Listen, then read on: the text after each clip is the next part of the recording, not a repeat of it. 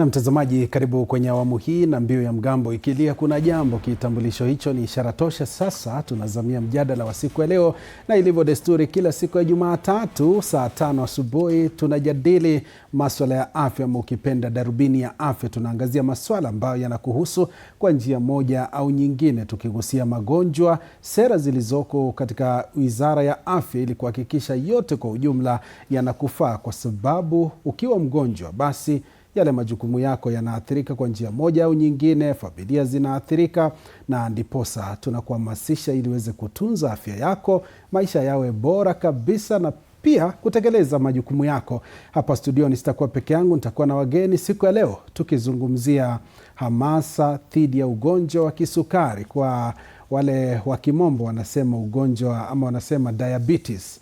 Ndo hivyo, na ndiposa tunashiriki kwa pamoja ili tukupe mwanga kuhusu masuala haya, tukuhamasishe, tukupe utaalamu kutoka kwa daktari, na pia kusikiliza simulizi kutoka kwa mmoja wa wageni ambaye anaishi na ugonjwa wa diabetes. Atatueleza mengi zaidi. Wageni ni wakaribisha katika studio zetu wakati ambapo tunahamasisha jamii, kwa sababu ni ugonjwa ambao unaua kimya kimya, sio daktari? Ndivyo. Na mtazamaji, niko naye Daktari Rose Wanjiru, ni mtaalamu wa kisukari, ugonjwa wa kisukari, na pia ni mwenyekiti kutoka Diabetes Management and Information Center. Karibu sana daktari. Asante sana. Pia mtazamaji, niko na binti hapa mrembo kabisa, anafahamika kama Ruth Carol Kimani, ni anayeishi na ugonjwa wa kisukari. Hivi sasa unahamasisha jamii. Karibu sana. Asante. Naam, mtazamaji, ndo hivyo, pia tunakushirikisha ukiwa katika eneo lolote humu nchini, kwa kuwa wanahabari wetu wamepiga kambi ili kuweza kusikiliza hisia zako. Tupigie simu live iwapo una swali kwa daktari kuhusu ugonjwa wa kisukari, dalili zake ni vipi, unafaa kufuatilia matibabu, na mwisho wa siku maisha yawe shwari. Daktari, tuanze tu nawe, kwa sababu tukizungumzia ugonjwa wa kisukari ni ugonjwa ambao umetajwa kwamba unaua kimya kimya. Humu nchini hali iko vipi kwa sasa tukizungumzia ugonjwa wa kisukari kwa ujumla? Ni ukweli vile umesema, ugonjwa wa kisukari ni ugonjwa ambapo tunasemanga ni silent killer kwa kimombo. Ndiyo. Na ukiangalia ugonjwa wa kisukari mara mingi tuko na aina mbili. Kuna aina ya kwanza ambayo inapata watu wadogo ama watoto, lakini pia kuna aina ingine ile ambayo iko common, ni aina ya pili ambayo inapata watu mara mingi wamepitisha miaka 40, na hiyo ndio unapata mtu anaweza ishi hata miaka 5 ama 7 bila kujua. Ndiyo. So hiyo unapata saa zile mtu anaenda kujua, anaweza kuwa amepata matatizo kwa viungo vya mwili, ambapo unapata wanapata mashida ya moyo, mashida ya macho, mashida ya akili, mashida pia ya figo. Naam, shukran sana daktari kwa kutufungulia kwa hilo, na pia ukaguzia kwamba kuna type 1, type 2, na utakuwa unatuelezea kwa kina ili Mkenya akiwa pale nyumbani aweze kufahamu fika ni kipi ambacho tunakizungumzia. Labda swala la umri linachangia ugonjwa huu? Ndio, swala la umri linachangia. Mara mingi wale wanapata type 1 ni wale ambapo kogosho yao inashindwa na kutengeneza hormone ya insulin. Ndio. Lakini si kusema wale watu wachanga pia hawawezi pata type 2. Ndio. Type 2 nayo inamaanisha mwili unatengeneza insulin, lakini hiyo insulin haitoshi. Ndio. Kwa hivyo mwili haiwezi tumia hiyo insulin kwa vizuri. Ndio. Na mara mingi inapatikana kwa watu ambao wamepitisha miaka 40, lakini pia watoto pia wanapata. Watu wanapata kwa sababu ya kuwa pengine hawakuli lishe bora ama wafanyi mazoezi. Kwa hivyo unapata saa zingine uzito imepanda. Lakini pia unaona kwa familia type 2 inapatikana. Lakini siku hizi pia kuko na type zingine, especially wale watu wako wajawazito, pia tunahisimisha wakifika gestation ya 24 to 28 weeks waende wapimwe. Bila shaka. Naam, shukran sana kwa kauli hiyo, na vile vile kwa taarifa hiyo kuhusiana na ugonjwa wa kisukari. Nije kwako Ruth Carol Kimani, unaishi na diabetes ama ugonjwa wa kisukari. Labda uligunduliwa lini umepatikana na ugonjwa huu wa diabetes, na pia kwa kifupi tueleze safari imekuwaje katika ule udhibiti wa ugonjwa huu? Naam, naishi na ugonjwa wa kisukari. Ni condition nimeishi nayo kwa miaka 15 sasa. Niligunduliwa mwaka wa 2011 wakati nilikuwa mtoto mdogo. Diagnosis ikifanyika kulikuwa na changamoto kwanza, kwa kuwa walikuwa wanashuku ni condition nyingine. Nikapelekwa hospitali tofauti natibiwa zile conditions zingine. Ndio baadaye kabisa nikakuja kujulikana ilikuwa tatizo la kisukari. Na wakati nilipata diagnosis, nilipatana na mtaalamu wa afya mzuri sana ambaye alinielekeza kwenye kituo cha DMI, na kutoka hapo wakanishika mkono. Safari ikakuwa rahisi kuliko kama uko peke yako, kwa kuwa kulikuwa na support system, kuna watoto wengine mnapatana nao. Alafu pia kama ni dawa wanakusaidia kupata zile strips za kupima, wanakusaidia advice, consultation. Imekuwa kuna zile changamoto, lakini kwa support ya DMI mambo yanakuwa rahisi kabisa. Na umezungumzia ile support ambayo ulikuwa unapata. Labda umesema kwamba kulikuwa na changamoto ukianza safari yako ya kupata matibabu.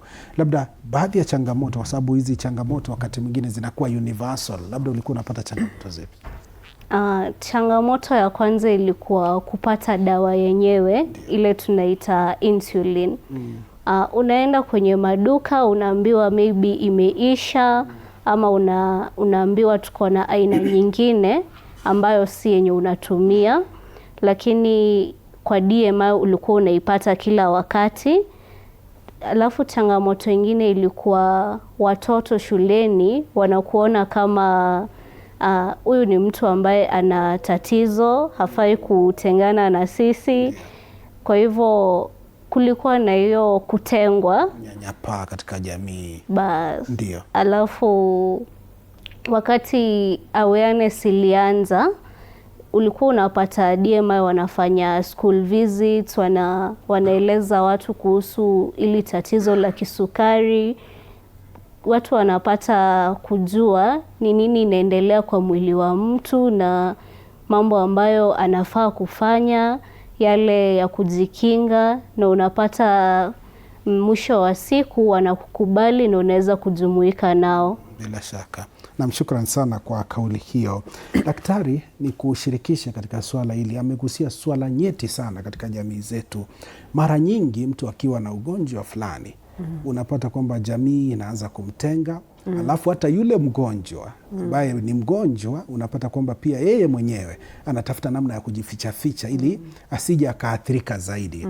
Tunapozungumzia utangamano ambao unahitajika katika jamii, haswa tunapokabili magonjwa kama haya. Nafurahi sana angalau wewe unatoka katika shirika ama katika kundi ama kituo cha DMI. Ni mojawapo ya vituo vingi ambavyo vinaleta jamii pamoja, vinawashirikisha wale ambao wanaishi na magonjwa mbalimbali ili kuhakikisha wanajihisi nyumbani.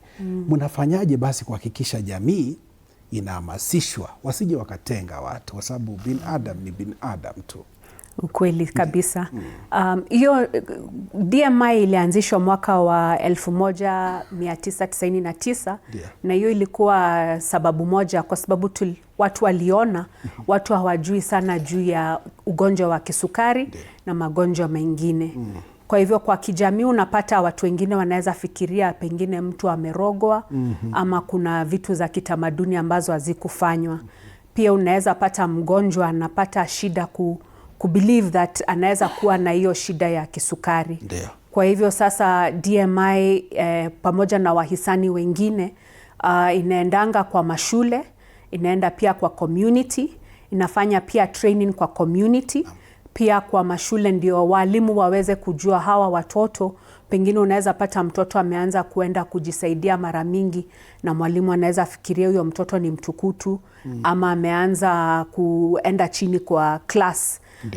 Kwa hivyo inafundisha community, inafundisha watoto, na pia tunafanya home visits za kwenda kuangalia hawa watoto wanaendelea aje, ndio tuweze kuwasaidia na kuwaleta pamoja, ndio wakuwe na support groups, waweze kuona sio hao peke yao wako na hiyo ugonjwa ya kisukari.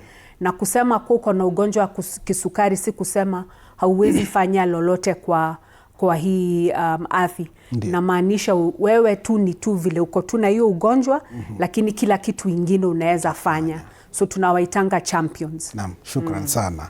Na furahi Ruth ni mmoja wapo wa wale mabalozi champions, mabingwa ambao wanahamasisha jamii. Ruth, tunapozungumzia ugonjwa huu wa diabetes, labda ni dalili zipi ambazo unaziona mara kwa mara wakati ambapo unaendelea na matibabu? Kuna dalili kadhaa. Ndio. Moja, kuna wakati sukari iko juu ambayo ni hyperglycemia, na kuna wakati sukari iko chini. Ndio. Wakati sukari iko juu utapata kuna kuhisi kiu sana, kuna kuenda haja ndogo mara mingi, unaweza anza kuona hauoni vizuri, na pia kuumwa na kichwa, na akili unasikia ni kama imechanganyikiwa, hauwezi kufikiria vizuri. Na wakati sukari ipo chini utahisi njaa sana, utaanza kusikia concentration imepotea kwa sababu mwili hauna nguvu, na pia unaweza anza kutetemeka na kuumwa na kichwa. Hizo ndio dalili ambazo sana sana mimi experience. Naam, shukran sana kwa hizo dalili. Daktari amezungumzia swala la kwenda haja mara nyingi. Kuna swala la kupata hamu ya chakula wakati viwango vya sukari viko chini. Tunapozungumzia ugonjwa wa kisukari, labda viwango vinafaa kuwa wapi kwa ile scale? Okay. Kwa ule mtu ambaye hana shida ya sukari, tunasema unapima, hata kusema mtu ako na sukari lazima upime viwango 2, at least 2. Kwa hivyo asubuhi kama mtu hajakula, tunataka sukari ikuwe chini ya 5.6, 5.6. Ikiwa 5.7 to 6.9, hapo ndo tunasema uko pre-diabetic. Ukisha kula tunataka sukari yako ikuwe chini ya 7.8, 7.8. Na ukikula tunasema uko na sukari ikiwa juu ya 11.1. Between 7.8 na 11 tena tunasema hapo ni pre-diabetes. Kuna kipimo ingine ambayo tunaita HbA1c ambayo inaangalia sukari ya miezi 3. Kwa hiyo tunasema uko na shida ya sukari ikiwa juu ya 6.5. Naam, shukran sana kwa hilo.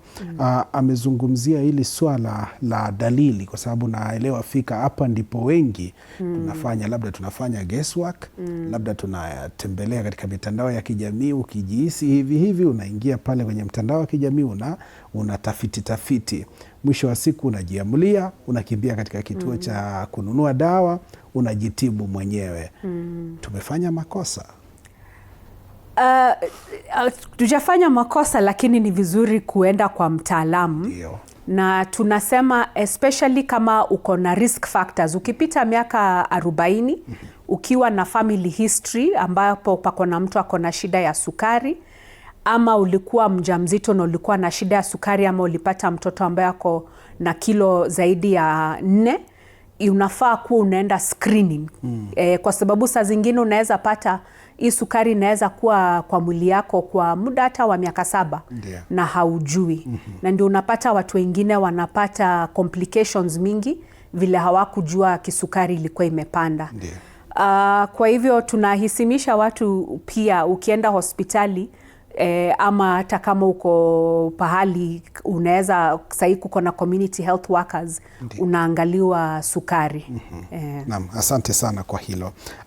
Ruth, tunapozungumzia, daktari amesema kwamba ni vizuri sana kwenda katika vituo vya afya kufanyiwa vipimo. Men's health seeking behavior, it's wanting. Kwa sababu si sana kuwapata, daktari unaweza thibitisha hilo. Wanaume wengi hawafiki hospitali kupata matibabu, labda amelemewa kabisa. Labda katika swala hili, Ruth, mnawasaidiaje wanaume pia ili waweze kufika katika vituo vya afya? Kwa sababu najua nyinyi akina mama mnajitokeza sana kuangaliwa mara kwa mara. Mnafanyaje katika kuhamasisha jamii?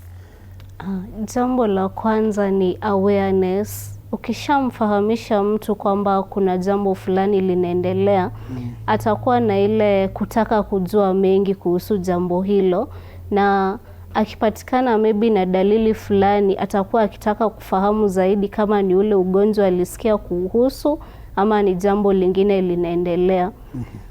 Jambo la pili ni kuensure inclusivity.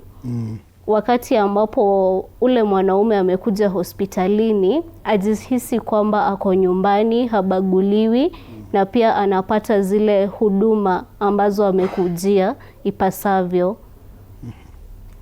Jambo lingine ningesema ni kuwa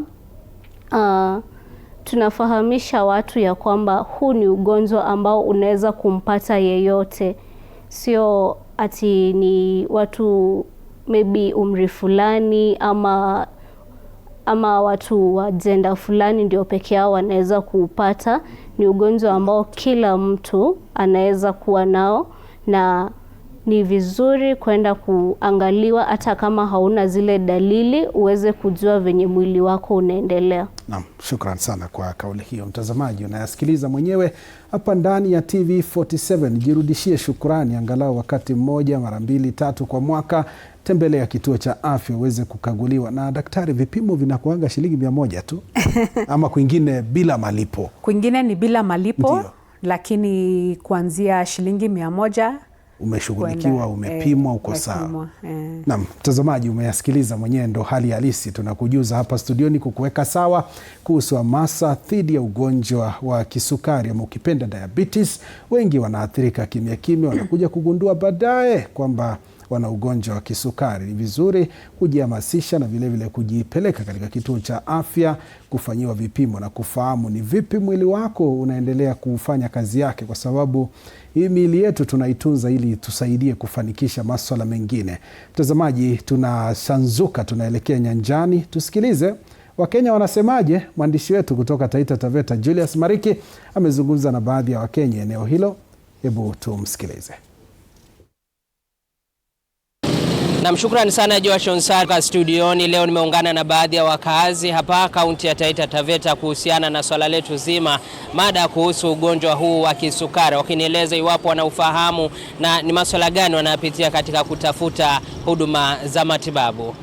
Ugonjwa wa sukari mmoja ya zile magonjwa ambayo imekuwa classified kama chronic disease, chronic sickness, na wakati rais wetu aliingia alituuzia sera nyingine nzuri sana ya kwamba hizi chronic diseases itashughulikiwa kwa njia inayofaa, ambaye hakuna mgonjwa ambaye ataandaa harambee ili aweze kupata matibabu. Lakini tunaona hayo maneno ilikuwa ni maneno matupu, maana kwa sababu unakuta wale watu ambaye wanashuka na hizo ugonjwa kama ya sukari hii ambaye ni chronic disease, unakuta ile pesa ambayo inatoa pengine inatoa only 20% au 30% kwa ile total bill ambayo inatakikana. Kwa hivyo yenyewe ugonjwa wa sukari unakuta ya kwamba kunao Wakenya ambao wanaelewa na kunao Wakenya ambao hawaelewi. Vile vile pia zingine huwa inakuja kwa sababu ya lifestyle, lakini zingine pia inakuja tu just kama kawaida. Na hizi mimi mara nyingi inakuwa kidonda ndugu kwa wananchi, sababu ndio ukipata hiyo ugonjwa ndio upate matibabu ambayo inastahili, inabidi uwe tajiri. Lakini kama wewe you are from humble ground, inakuwa ni ngumu, sababu serikali ambaye ingeweza kushikilia watu mkono, unakuta mara nyingi ni kama kitambo tu. So hata tunashindwa sababu gani waleta SHA na wakatoa NHIF, sababu yale NHIF inafanya ndio hiyo ambaye pia SHA inafanya. Unakuta mara nyingi this public hospitals ukienda unaenda tu for prescription, lakini dawa ambaye ni ya pesa mingi, hiyo dawa unaambiwa uende ununue chemist. Lakini dawa ya pesa ndogo kama Panado hizo ziko hospitali, lakini dawa kubwa kama hizo za kutibu hizo diabetes, what have you, hizo dawa lazima uende ununue. Kwa hivyo inakuwa ni ngumu kwa wananchi kumudu matibabu ya sukari. Kwa hivyo wito wangu kwa serikali ni kwamba wajaribu kuangalia hizi chronic diseases, wajaribu kuangalia hizo madawa sio kwa hospitali, ndio wananchi wa kawaida wasiweze kuumia. Unakuta day in day out ni harambee, day in day out ni harambee, na hii ndio serikali tuambia never again shall we fundraise sababu ya diseases. Hiyo iko ngumu kwa sababu mimi shalipa mambo ya nini, hii inaitwa sukari, shalipa kabisa, lakini ukienda hospitali unaandikishwa, lakini ukitaka dawa unaambiwa nenda ununue. Sasa hiyo ndio shida tunayo, na tena nilipa kabisa, hatupati madawa, naambiwa ndio ununue. Sasa hiyo mambo ya kununua inatushangaza, kwa nini tunalipa hiyo nini, hii sukari tunalipa SHA lakini hatupati madawa huko hospitali. Hapo jinsi nilivyokuja from 201 mpaka saa hii niko na huo ugonjwa. Sasa mimi naenda napata dawa na naenda naambiwa kwamba uko na ugonjwa wa sukari. Sasa mimi naenda hospitali naambiwa hakuna madawa. Sasa hiyo ndio shida tunayo. Unahisi kwamba Wakenya wanafahamu kuhusu ugonjwa huu? Ugonjwa hawaelewi. Hatujui kwamba unakuja vipi. Ugonjwa jinsi ulivyokuja hatujui. Na tunakwenda hospitali hatutibiwi. Unaona? Unaambiwa nenda ukanunue madawa. Hiyo ndio shida. Naam, ni baadhi ya kauli za wakaazi hapa. Joash, naregesha usukani kwako studioni kuendelea na mada yetu, kuendelea kupata vile kauli za wakaazi wa maeneo mbalimbali ya taifa la Kenya. Mie ni Julius Mariki, kaunti ya Taita Taveta. Kwako studioni Joash. Naam, shukrani sana Julius Mariki. Umezungumza na wakazi wa eneo hilo wakizungumzia hali ilivyo, mzigo mzito sana uliopo katika masuala ya afya, gharama ya matibabu na namna ambavyo wanapata huduma za ugonjwa wa kisukari. Daktari, umeyasikiliza mwenyewe. Hao wazee wanasema kwamba ndio wamelipia bima, lakini mwisho wa siku ndio wanaweza enda hospitali wakakaguliwa, wakafanyiwa vipimo, lakini ikifika ni wakati wa dawa unaambiwa baba we, kimbia pale chemist tafuta dawa. Tunapozungumzia gharama ya matibabu humo nchini, tufanye vipi basi tusawazishe haya?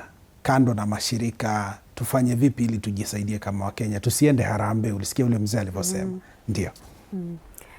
Hiyo ni swala ngumu, na hiyo lazima tufanye kazi pamoja na Wizara la Afya. Kwa sababu kusema ukweli, gharama ya kutibu ugonjwa wa kisukari ni gharama kubwa. Huyu mgonjwa anahitaji madawa, anahitaji pia kupima sukari, anahitaji kukula vizuri, anahitaji kukuja clinic, anahitaji kuangaliwa macho, screening ya macho, screening ya miguu, anahitaji pia kufanya vipimo vya damu kuangalia figo ikoaje, mkojo ukoaje, na hivi viungo vingine kama moyo inaendelea aje. Sasa kwa upande wa DMI ndio tumefanya ushirikiano na Ministry of Health, na pia tumepata usaidizi kutoka wahisia kama World Diabetes Foundation na Novo Nordisk. Na hapa tunapatia watoto, na tunasema watoto ni mpaka watu wamefika miaka 25. Na hao wanapata free insulin, wanapata free glucometers ya kujipima, na pia na unaweza tupata hapa DMI ambapo tuko Jadala Place, Ngong Road, na pia tumeenda kwa county zote. Ukienda kwa the county hospitals unaweza uliza about CDIC, that is Changing Diabetes in Children. Ukiuliza juu hiyo program, kama wewe ni uko chini ya miaka 25, tunaweza kusaidia. Wale ambao wamepitisha hapo, tunaangalia namna vile tunaweza pia saidia. Tunaomba wahisani pia wakuje watusaidie, wa makampuni ya private wakuja tusaidie, na ndio tunaomba hata watu wanaweza kuja wa join walk yetu on the 11th of July at Carnival, ambapo tutaweza kutembea na hawa watoto, kuonyesha hawako peke yao, na pia tutafute fedha ya kuwasaidia zaidi. Naam. Umezungumzia swala nyeti kabisa wakati ambapo tunazungumzia ugonjwa huu, ushirikiano, ile multi-agency approach, kwamba lazima watu washirikiane. Na mara nyingi unapata kwamba kuna kule kukosa taarifa muhimu, kwa sababu taarifa hizi jijini tunazipata kwa njia ambayo ni mufti kabisa.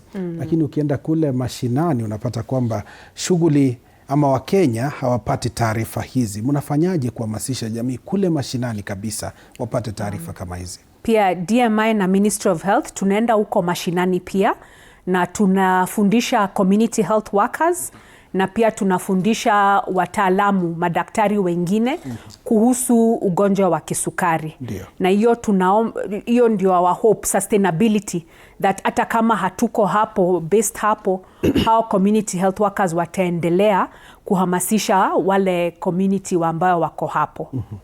Naam, shukran sana kwa hilo. Ni kushirikishe Ruth katika swala hili.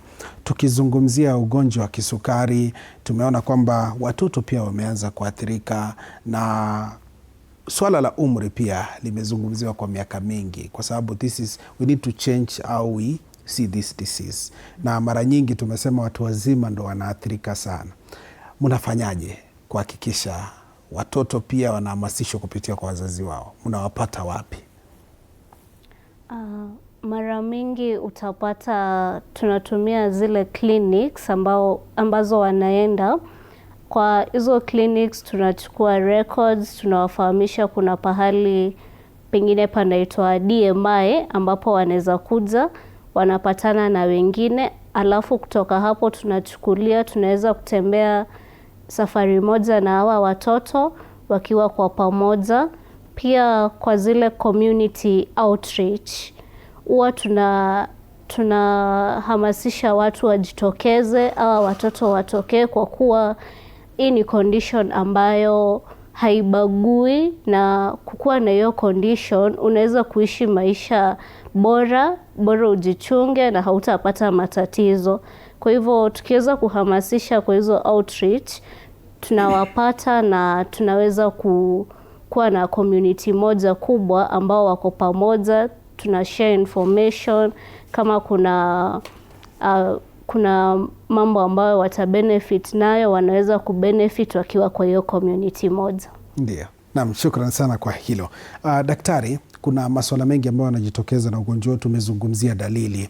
Kuna zile risk factors ambazo zipo katika jamii yetu. Ni kama zipi ambazo zinatuweka katika hatari ya kupata ugonjwa huu? Kwa wale wanapata kisukari type 1, hiyo hatujuangi ni nini ambalo linafanya mtu apate. Utafiti unaendelea. Utafiti bado unaendelea. Wale wako type 2, kuna kuanga na ile risk ukipata kuna mtu kwa jamii ambaye ako na ugonjwa ya sukari, hiyo ni genetics. Pia vile tunaishi lifestyle. Ndiyo. Ambayo unapata hatufanyi mazoezi, uzito umepanda juu, kutumia pombe zaidi, kutumia sigara, hiyo pia inaleta risk. Ndiyo. Pia ukipita miaka 40 na kupatia risk, na pia kama ulipata kisukari ukiwa mjamzito, ama ulipata mtoto ambaye ako zaidi ya kilo 4, pia hiyo inakupatia risk. Ndiyo. Pia kuna watu wengine wanapata shida ya kisukari kwa sababu ya ile madawa wanatumia. Kama wanapatiwa dawa kama zinaitwa steroids, ama wale wamepata transplant ya kidney na wanapata madawa ya anti-rejection. Ndiyo. Pia hao wanafaa kuwa wanafanya screening, kwa sababu hiyo madawa inaweza fanya wapate ugonjwa wa kisukari. Ndiyo. Umezungumzia swala la dawa ambazo mtu anatumia. Labda kuna magonjwa ambayo yanakuweka katika hatari zaidi ya kupata ugonjwa wa kisukari? Ile madawa mostly na kupatia risk ni tunasema steroids. Ndiyo. Na hizo unapata zinapatiwa kwa wagonjwa ambao pengine wako na mashida ya joints za rheumatic diseases. Ndiyo. Ama mashida ya mapafu, ama pia wanaweza kuwa wanatumia hiyo kwa sababu ya post transplant, ama mashida tunasema autoimmune, ambapo mwili inatengeneza tu protein ambayo inaenda kuattack cells za mwili. Au ndio wanapatanga risk ya kupata shida ya sukari. Ndio.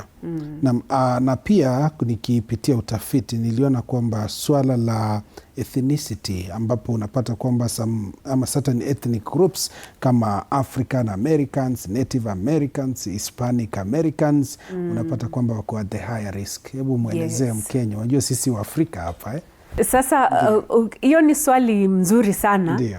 Na ukiangalia kwa Waafrika, tukiangalia utamaduni wetu tulikuwa hunters and gatherers. Ndio. Sasa tumeanza kufanya hii western civilization ambapo tunakula hii chakula ya western. Tumewacha hii chakula yetu ya asili. Yes. Na pia so unapata genetics zetu hazikuwa zimezoea kupata chakula excess. Kwa hivyo ukipatia chakula excess unapata ni tuna store. So unapata kama ni maugonjwa ya kisukari ama maugonjwa ya pressure, kwa ukiangalia Mwafrika na uangalie mzungu, Mwafrika anaathirika zaidi. Ndio. Pia unapata kwa sababu ya kuwa na infections mingi, pancreas ama kogosho yetu inakuwa kubwa. So unaweza pata hata mtu akipata hii ugonjwa wa kisukari ya type 2, ukiangalia mzungu anakuanga ni mnene, ako na kitambi kubwa, lakini mara mingi ukiangalia Waafrika tunapata the lean type. Ndio. Si mnene kwa sababu ya hiyo chronic infection. Ndio. So unapata pia in terms of insulin kuenda kudidimia, inaididimia haraka kuliko wenzetu. Ndio. Pia ile kitu ingine inatusaidia, tunasema tuko na double burden. On top of hii non-communicable disease, hii maugonjwa ya kisukari, pia tuko na hii maugonjwa ya infections. Ndio. So ukicombine hizo zote unapata mgonjwa aendi vizuri. Ndio. Naam, shukrani sana kwa hilo.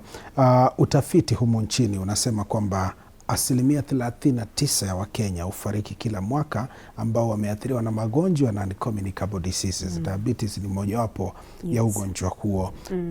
It's a public health concern. Ni swala ambalo linaathiri afya ya umma. Tunapozungumzia hilo kwa sasa, tufanye vipi basi tupunguze magonjwa kama haya katika jamii, haswa ugonjwa wa diabetes kwenda mbele, tukiangalia uhamasishaji na matibabu yake? Ukiangalia pia wagonjwa wale wamepata ugonjwa wa kisukari, 50% ambao wako na ugonjwa wa sukari hawajui wako nayo. Ndio. Kwa hivyo unapata wanapata complications. Kwa hivyo tunahisi Wakenya waishi vizuri, lishe bora, mazoezi bora, waende screening, waangaliwe. Ndio ukipata uko na ugonjwa usitake kuogopa ati utakunywa madawa. Kunywa madawa, enda kwa kliniki ndio uweze kutumia avoid complications. Naam, shukrani sana kwa hilo. Ruth, ningependa kufahamu, hivi sasa unaishi na ugonjwa wa diabetes na maisha yako yako sawa. Mimi nikikuangalia hivi siwezi sema kwamba unaishi na ugonjwa wa kisukari. Na tunapozungumza, labda katika maisha yako ya kila siku unajitunza vipi ili kuhakikisha kwamba katika hii management ya diabetes unafaulu vilivyo? Asanti kwa hilo swali. Jambo la kwanza ni kuangalia lishe. Ndio.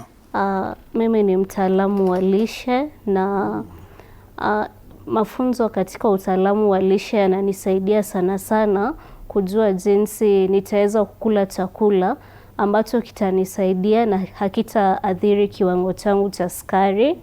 Jambo la pili ni kutumia dawa ipasavyo, kuweka hii dawa ipasavyo na kuhakikisha sijaweza kumiss any dose. Ndio. Na pakiwa na tatizo lolote na ongea na mtaalamu wangu wa afya, tunalitatua kwa pamoja. Jambo lingine ni lifestyle, kufanya mazoezi ili kuangalia uzito wa mtu. Kama daktari alivyotuambia, uzito huleta matatizo katika ugonjwa wa kisukari, na pia kuhydrate, kukunywa maji. Unahakikisha kwa siku mwili wako umepata kile kiwango ambacho kimeshauriwa na mtaalamu wako wa afya. Ndio. Na pia kuangalia sukari, kujipima. Kama iko juu unafanya ile tunaita kurekebisha. Kama iko chini pia unarekebisha ipasavyo. Naam. Unafanya mazoezi? Naam. Labda dakika ngapi kwa siku? Mazoezi si lazima yakuwe yale ya high intensity. Unaweza kutembea na dakika 30 kwa siku kutembea, hiyo imetosha. Imetosha. Naam. Asante sana mwelekezi wangu Emmanuel.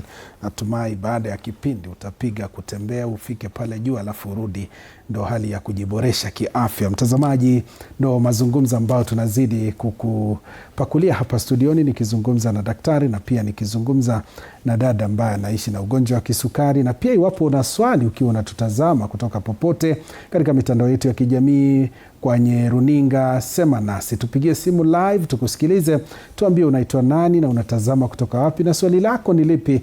Daktari atakuwa tayari kabisa kulijibu tunapozidi kuzungumzia hamasa dhidi ya ugonjwa wa kisukari. Alivyosema daktari, ni ugonjwa ambao unaathiri wengi kimya kimya, unakuja kugundua baada ya miaka 5, miaka 7, na ndiposa daktari ameshauri mwenyewe akasema jipeleke katika kituo cha afya kilicho karibu ufanyiwe vipimo. Kufahamu tu, wanasema ni heri kufahamu kuliko kushtukia.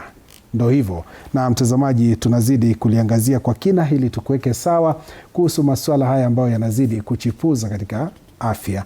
Daktari, tunapozungumzia ugonjwa wa kisukari tuko katika karne ama katika karne ambayo tunaangazia mambo ya climate change, temperatures ziko juu. Hata ukiwatch ile World Cup unaona pale wanasema they are taking a hydration break. Wakunywe maji, alivyosema dada yetu hapa. Climate change na ugonjwa wa diabetes, kuna uwiano, kuna mahali ambapo zinagongana? Hii inaweza gongana juu ya chakula, ile chakula ambayo tunapata, na unapata watu hizi chakula za kiasili tuliacha. Kwa hivyo wanasema si tamu. Si tamu. Sasa unapata watu wanakula ngano mingi, processed foods.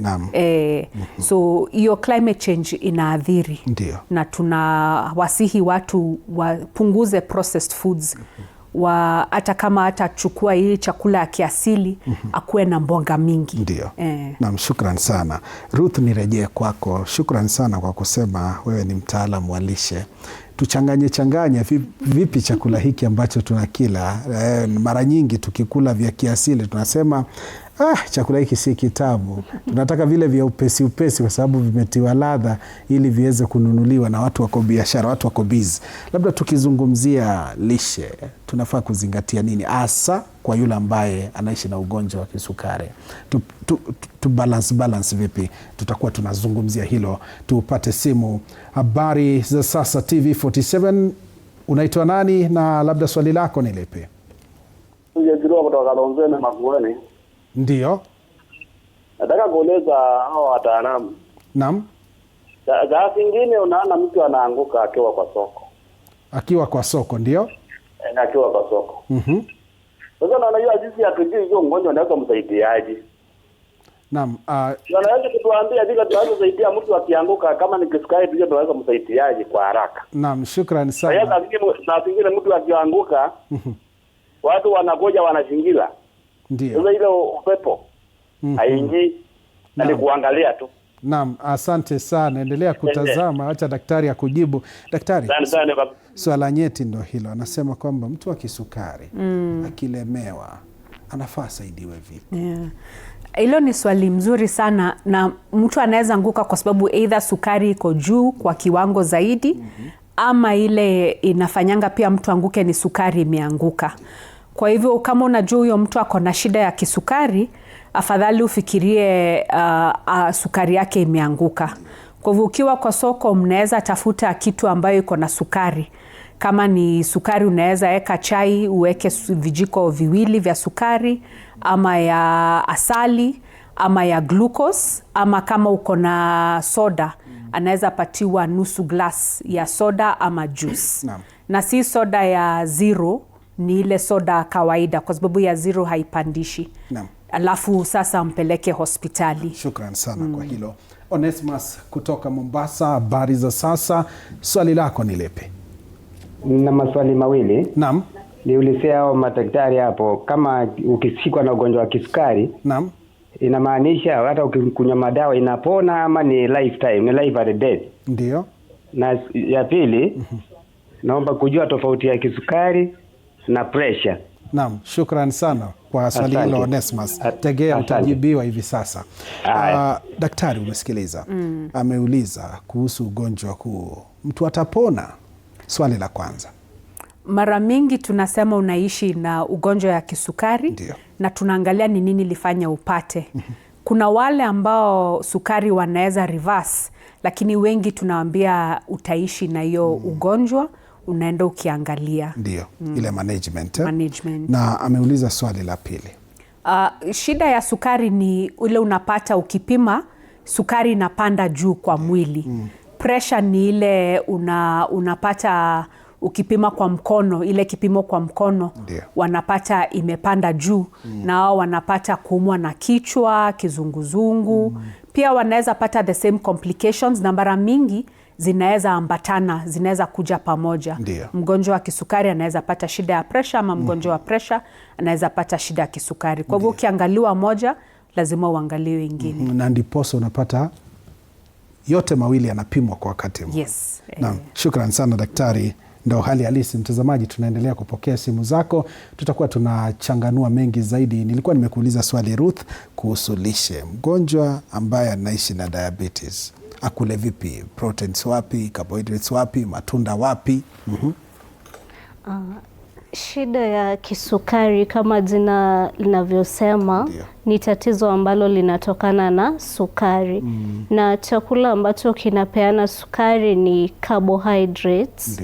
Zile vyakula vya kupeana nguvu. Hizo ndio sana sana watu naangalia kwenye mgonjwa ambaye ana tatizo la kisukari. Kwa hivyo kwa sahani ya huyo mgonjwa isipite quarter carbohydrates. Alafu pia uangalie ni carbohydrates gani unampatia. Tumeambiwa processed foods sio mzuri. Kwa hivyo kama unaweza kupata hizi whole foods, kama ni mahindi ile imesiagwa lakini haijatolewa ngozi ya nje, unga ya kisiagi, basi hizo ndio zile vyakula ambavyo zinarekomendiwa kwa mtu ako na kisukari. Lakini kwa wakati huu kuna jambo linaitwa carbohydrate counting. Unafunzwa jinsi ambavyo utahesabu kiwango cha hizi carbohydrates umetumia na unalinganisha na kile kiwango cha dawa ambayo unatumia, bolus insulin. Lazima ukue kwa hiyo insulin ya basal na bolus. Kwa hivyo si kila mtu mwenye ako kwa dawa yoyote ile anaweza kufanya hilo, na ni jambo ambalo unafaa ukue guided na mtaalamu wa kisukari na mtaalamu wa lishe. Pia mboga ni muhimu sana, kwa kuwa hii mboga itasaidia hii carbohydrate umekula isiweze kutoa sukari haraka sana kwa mwili, ili itafanya sukari ipande mara moja, ambayo inaweza kuletea madhara. Kwa hivyo hii mboga itasaidia hii sukari ikue inatolewa polepole kulingana na vile mwili wako unahitaji. Asante sana kwa hilo daktari wa lishe. Sasa wewe umekuwa daktari wa lishe, tunapozungumzia hizo carbs ama carbohydrates, kumaanisha kwamba mfano hai ukiweka sima kwota, mboga iwe zaidi ya kwota. Naam, ikuwe angalau nusu ya sahani yako. Naam, asante sana kwa hilo. Mtazamaji, tunazidi kukuhamasisha kuhusu ugonjwa huu wa kisukari ili ujikinge nao, na iwapo hujapatikana nao basi ni vizuri pia kuweza kuhakikisha tunaweka kinga mapema ili tusije tukagharamika. Najua ni ghali, si expensive. Ni ghali sana. Naam, umesikiliza mwenyewe, ndo hali halisi. Daktari, kuna swala lingine linajitokeza hapa tunapozungumzia risk factors. Wanaobugia mvinyo wapo, na maswali ni mengi ambayo yanaulizwa. Tuseme kwa mfano huko kwenye matibabu, tunaona kuna watu wako kwenye matibabu na bado wanaendelea kutumia vileo. Athari zipo? Athari zipo. Kwa hivyo tunaangalia kwanza hii ugonjwa wa kisukari ni nini imeisababisha. Kuna wale wanapata ugonjwa wa kisukari kwa sababu wameharibu hiyo kogosho yao juu ya mvinyo mingi. Kama ameharibu kogosho juu ya mvinyo mingi, hiyo unasema asiwahi tumia. Ndio. Lakini kama hajaharibu, kuna ile tunaambia mtu kama unaweza kaa bila kukunywa, hiyo ni mzuri. Ndio. Lakini wale ambao wanasema social, kama ni wanawake wanaruhusiwa 1 standard unit, na kama ni wanaume wanaruhusiwa 2 standard units. Ndio. Naam, shukran sana kwa hilo. Na kukamilisha sekunde 30, niliona mko na awareness walk ambayo iko on Saturday. Tufike wapi? Tunawasihi Wakenya wote wakuje wa step out for the children.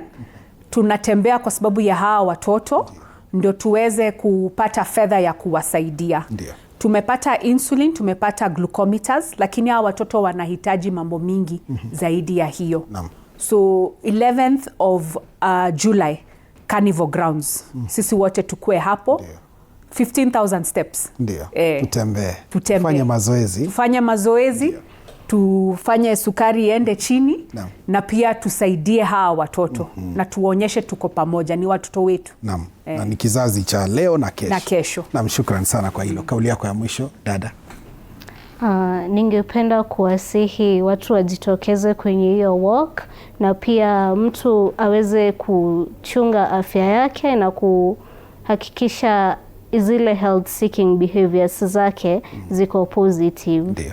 Naam, shukran sana. Mtazamaji, umeyasikiliza mwenyewe, wameyazungumzia Daktari Rosemary Wanjiro ambaye ni mtaalamu wa ugonjwa wa kisukari, ambaye pia ni mwenyekiti kutoka DMI ama ukipenda Diabetes Management and Information Center. Amezungumzia mengi. Tuendelee kushirikiana kwa pamoja ili tuzidi kukuhamasisha.